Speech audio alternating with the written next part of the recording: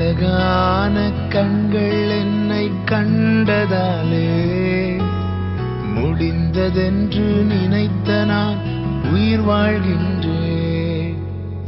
அழகான கண்கள் என்னை கண்டதாலே முடிந்ததென்று நினைத்த நான் உயிர் வாழ்கின்றேன்.